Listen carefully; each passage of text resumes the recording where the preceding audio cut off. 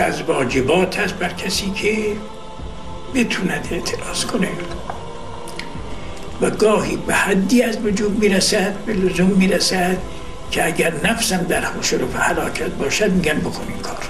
چاره نیست دیگه، دین رو داره عوض کردن دیگه. ما از ایشون شروع کردیم به دفاع. آقای خمینی من نوشت اگه بخوای تو هم حرف بزنی اسم ای رو ببری تو هم مثل اون میکنم.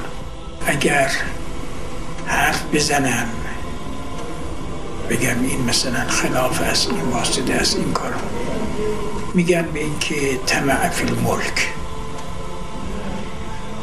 اگر حرف نزنم میگن خاف عن مثلا چی ترس.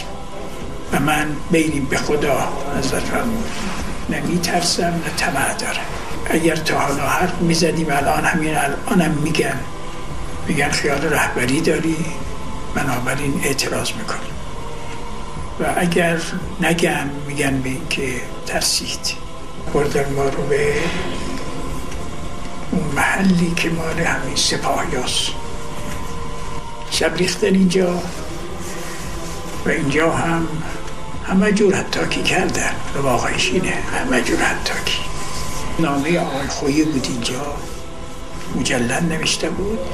بعد من نوشته بود اگر واقعا ایران برات سخته است بیا اینجا، من همه چیز اختیارت می‌ذارم. جرم اوست یا جرم من است. کتاب‌های اینا رو بردن، نامه‌ها رو بردن، کتاب‌ها رو همه رو به هم زدن. جان در خطر ها. یه دسته هم اینجا این طرف با 7 تیر اینجور، یعنی تفنگ نه 7 تیر. من اینجور چیز گرفته بودم، یعنی منتظر دستور بودن. و گفتن این که میزنیم